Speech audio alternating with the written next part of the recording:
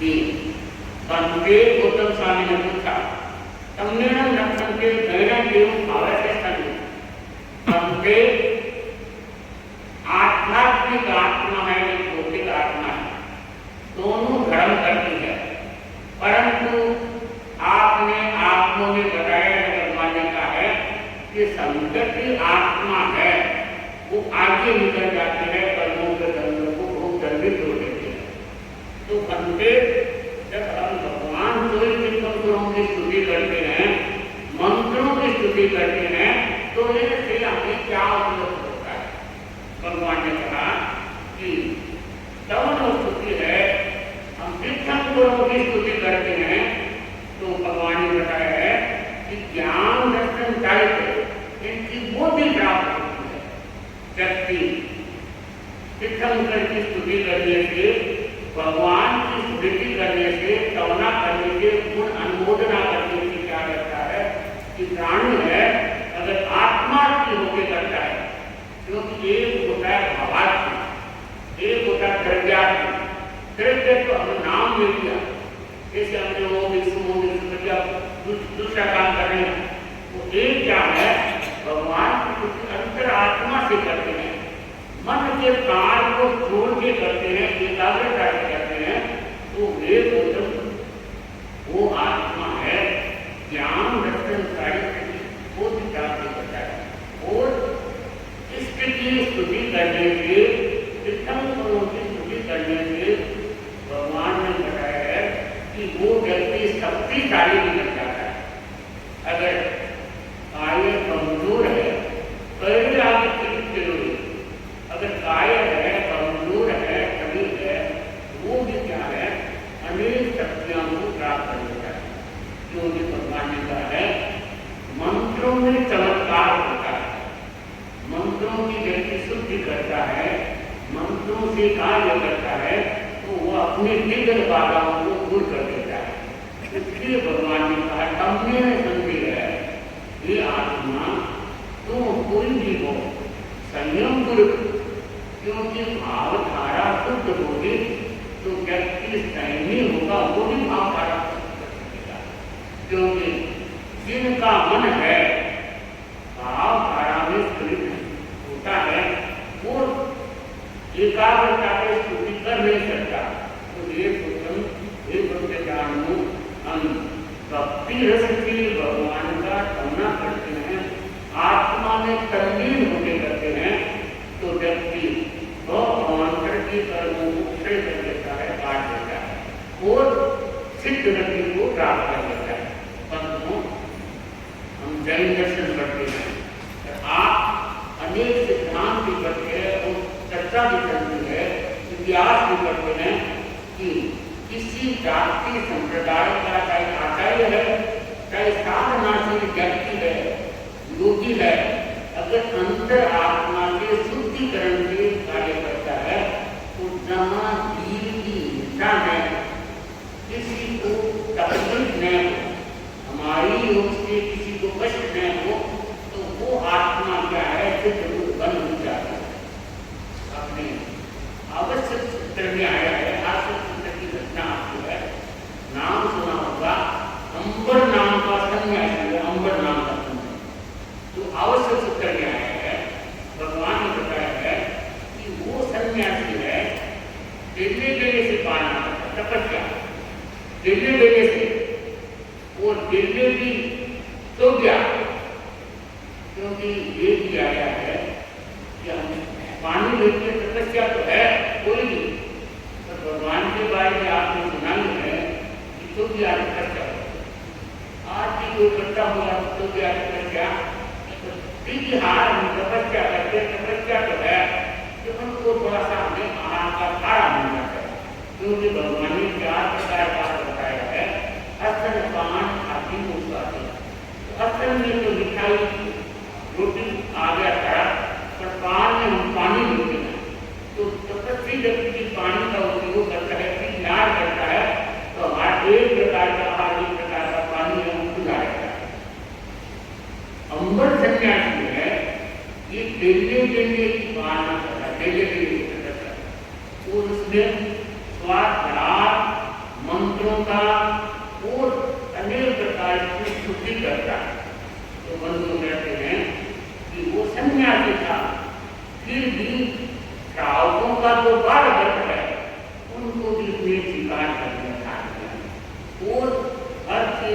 सीमा करता रहता है।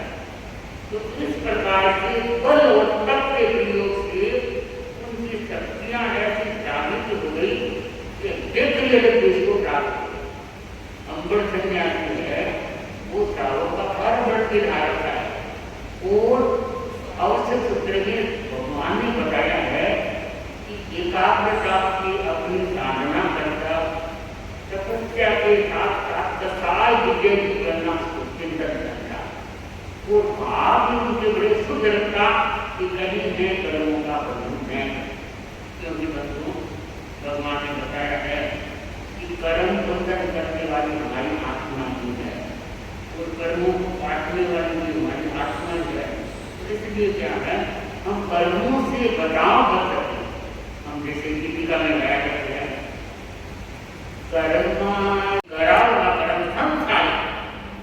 संसारी में जो मुक्त नहीं हुए सारी आत्मा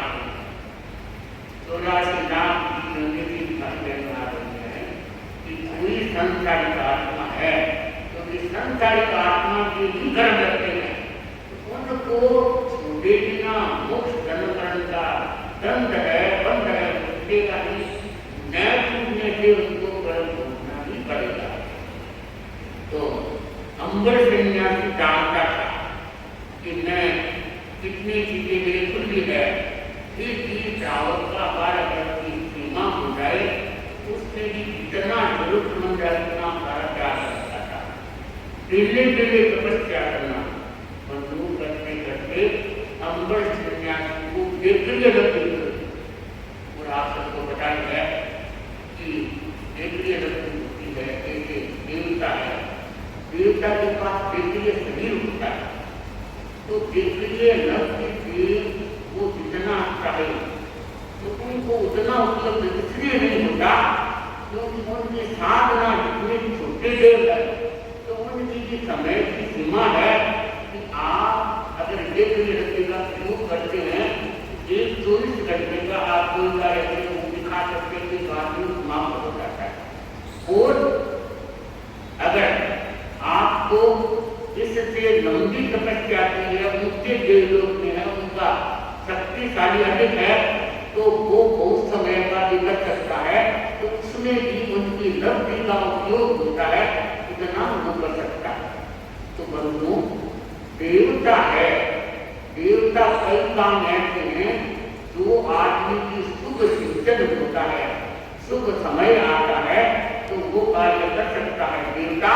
तो करके क्या है व्यक्ति स्वयं साक्षात निकेत लेता है पा लेता है भोग लेता है परंतु इनकी शक्ति की अनुसरण होता है। कई आप दृष्टि में देख लो एक भाई है कई बहन है इतने शक्तिशाली वजन को भी उठा देते हैं वो खड़े मार पर उनकी तपस्या कर देती है। तो एक होता है तो कहते उपवास करते हैं तो दिन में सारे लोग नहीं चाहिए। तो ये भी अपने संयम की बात होती है। कहने का मतलब है कि लब्धियां हो चाहे शक्तियां हो आदमी को संयम से उपलब्ध होती है। तो इसलिए तो भगवान ने कहा है कि हम कर्मों का संयम कब कर सकते हैं कि हमारे संयम की साधना हो वाणी में मिथ्यापन हो वाणी का भी संयम हो और खाने का भी संयम होना सब जितना हमारा भाव होगा उतना ही व्यक्ति कर्मों के ग्रंथों को अधिक कहता रहेगा। बंधुओं अंबर सन्यासी है इनके पास लक्ष्य प्राप्त हो गई और कहते हैं अब भी ज्ञान की लक्ष्य से प्राप्त अंबर सन्यासी को देखिए लक्ष्य अब भी ज्ञान की लक्ष्य के पास हो गया। अब भी ज्ञान की लक्ष्य प्राप्त होने के देखिए लक्ष्य प्राप्त होने के हम आपने भगवान ने बताया है कि अंबर सन्यासी अगर एक साथ में लक्ष्य का प्रयोग करके गया है तो 100 वर्षों में एक साथ एक साथ अपने लक्ष्य के बल पे 100 वर्ष को जानने के लिए हमारे घर निष्ठा करके आया है। हम बड़ा मेरे घर के आए हैं आप सब मेरे घर के आए हैं अध्यक्ष मेरे घर के आए हैं जो निर्मल सत्य थे और नरेंद्र सत्य का है। तो कहने का मतलब है कि लक्ष्य आहार अर्पित करेगा, 100 गुणों की पूर्ति करेगा। वो आगे क्या कहा है, भगवान ने बताया है कि 2 गुणों का भोजन प्राप्त करके वो क्या है अपने उपयोग में नहीं लेगा। कितना कहने की 2 गुणों का भोजन लेके आया है, तो कहने का तात्पर्य है, भगवान ने बताया है कि परंतु जहाँ लब्धियाँ होती है, जहाँ शक्तियाँ उत्पादन होती है, तो व्यक्ति चाहे अनुकूलता के अनुसार और शक्ति के अनुसार वो अपने कार्य को कर सकता है। तो अंबर सन्यासी ऐसा कर रहा है, तो इनकी शक्तियों को देखते लोग हैं ये प्रतिभा आकर्षित हो रहे हैं कि देखो अनहोना, अगर अंबर सन्यासी चाहे कभी प्रसाद करना चाहे तो वरुण देवता को तो बस नहीं करने चाहे, तो कितनी बड़ी लक्ष्य है, कितनी बड़ी शक्ति है। तो इनको देख देख के लोग बड़े आकर्षित हो रहे हैं। भाई बहनों, 400 व्यक्ति है उनको देना की भावना हो गई, अंबर के शिष्य बने 700, यानी 699 शिष्य है अंबर के। इनकी शक्ति, इनकी साधना, इनकी लक्ष्यों को देख के इसके साथ भी संन्यास है। अब ये अंबर है 700 से परिपक्व करता हुआ, लोगों को ज्ञान दर्शन के बारे में बताता हुआ, दिव्य शक्ति का प्रयोग करता हुआ ये जगह जगह क्या कर रहे हैं। संत जैसे चाहते हैं कि ये सन्यासी मार्ग से लेता है।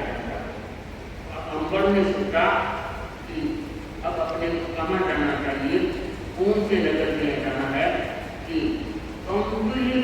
कंपनीपुर नगरी में विराजमान थे और मेरे को पुरीमताल नगर जाना है, वहाँ दूरी बहुत थी।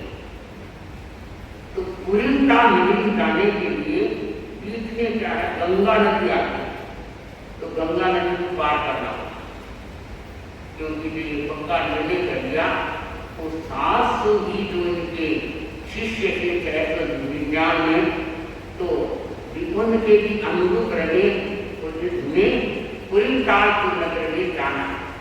तो भाई बहनों, गंगा नदी कहते हैं, गंगा नदी है वो बंकिलपुर नगर से बिहार किया, तो पुरीमताल नगर में जा रहे तो इतने गंगा नदी आ गई। तो गंगा नदी आ गई, अब सन्यासियों के पास में पानी था, 7 किलो के पानी था, तो पानी खत्म हो गया पूरा, भयंकर गर्मी की चढ़ाई थी। तो आप जानते हैं कि प्यास आदमी को तो खेत पड़ते रोकते, पर प्यास लेकर के भूख गहरी तो आदमी का जीना भी लुप्त हो जाता है। तो संतों के पास पानी था, वो भी जब लास्ट पानी होने लगा तो ये आपस में ये बात हो गई कि जिनको अति प्यास है, अति तीखा है, वो थोड़ा घूम लेके अपने गले को क्या करके गीला कर लिया। तो वो लिया तो भी प्यास शांत नहीं।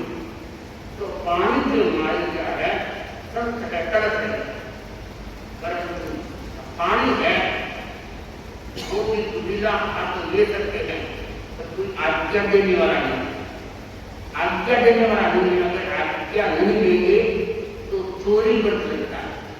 भाई बहन, आगम से अपने को पता चलता है, आगम ने हमें किस प्रकार से बताया है।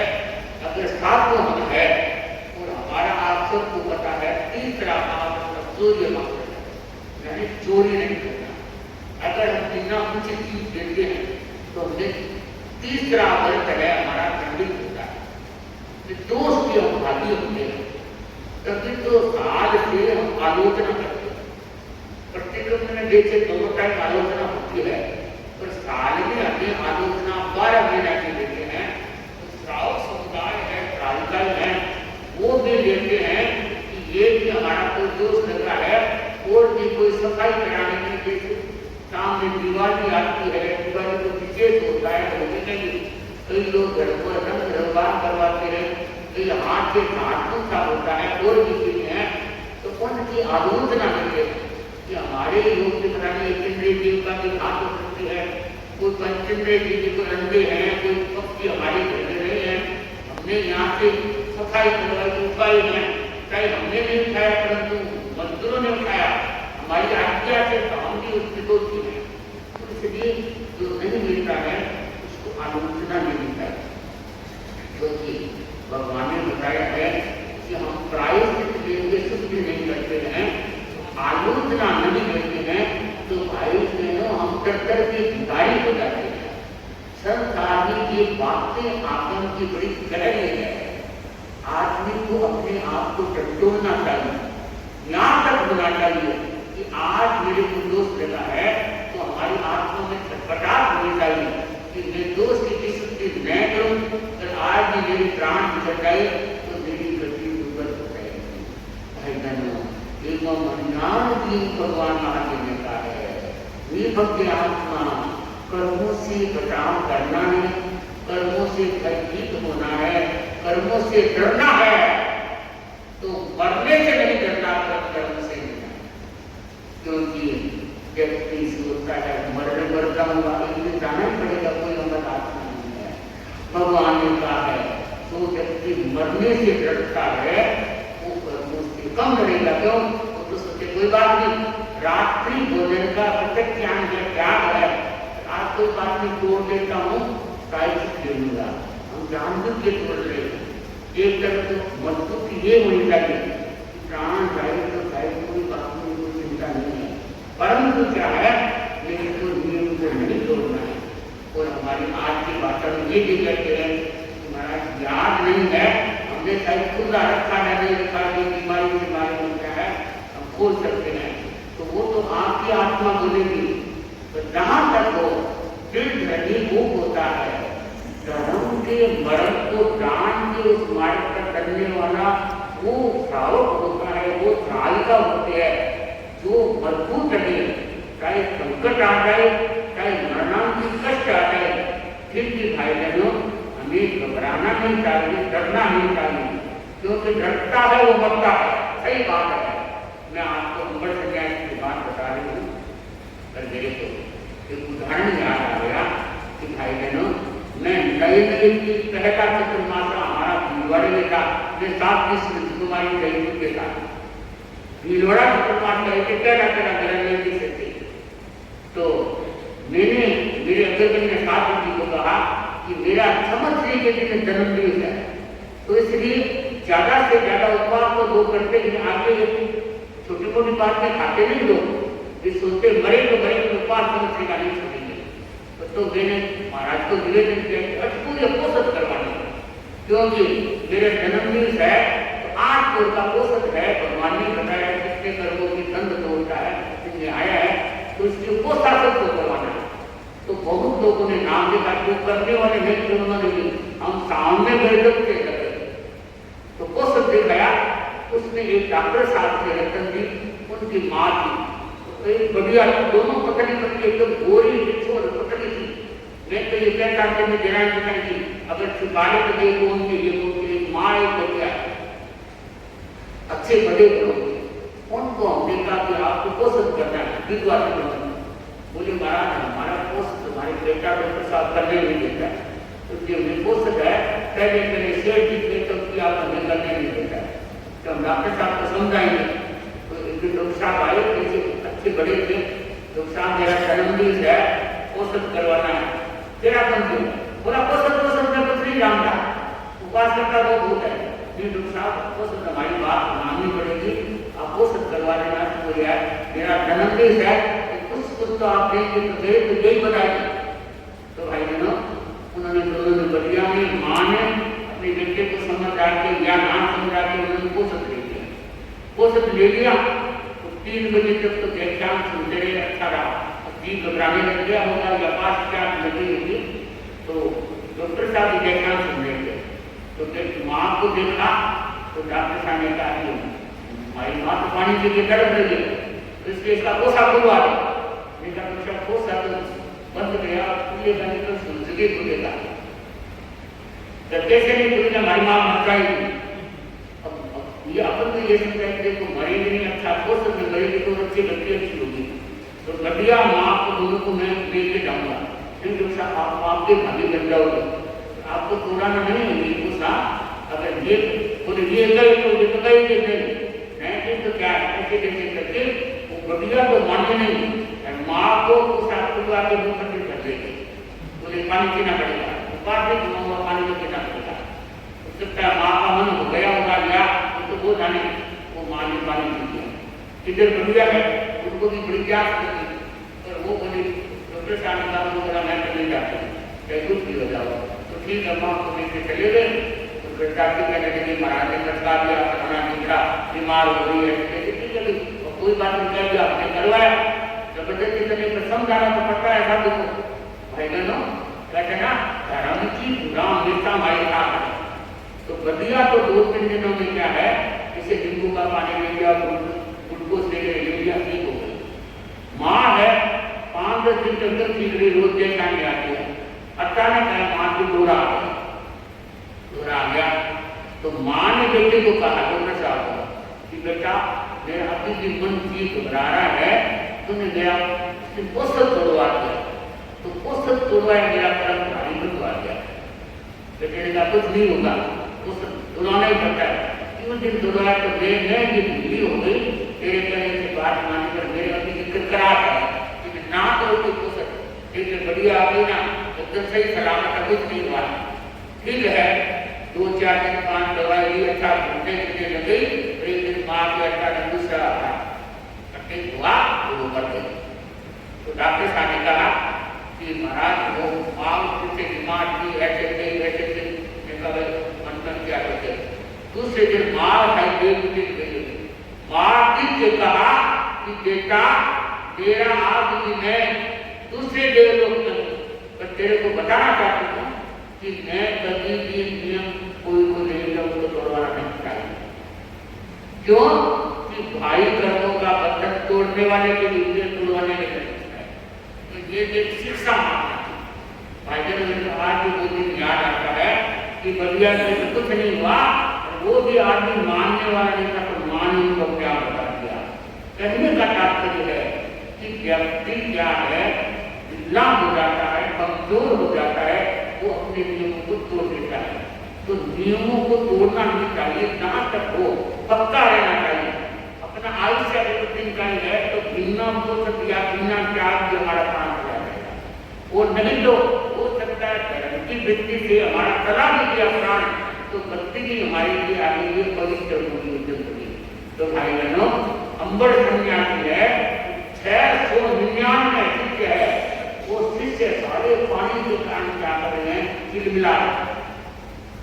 तो उन्होंने सोचा प्राण तो निकलेंगे कोई आज्ञा पानी में देने वाला नहीं पानी है अब हमें कलम नहीं है कोई आज्ञा देने वाला नहीं है बिना आज्ञा देते तो हो सकता है भाई बहनों मेरे जैसा कोई सत्ता पर जाएगी कोई नहीं ऐसे खत्म करो ले लो बाद में आगे करते। तो उन्होंने कहा मरना मंजूर है परंतु क्या है कि तोड़ना नहीं भाई बहनों कहते हैं कि शिष्यों ने अंबर ने सबने अपनी जो नदी की रेत की गंगा नदी उस रेत के बिछोना रेत का बिछोना भी पीछे से गर्मी से रेत कितनी गर्म ऊपर से क्या वो सन खड़ा किया कि प्राणा कढ़ाई तो चोरी का तीसरा वर्ष तो हम तोड़ेंगे नहीं वो चोरी पर हम लगाएंगे नहीं। तो ये सन खड़े में है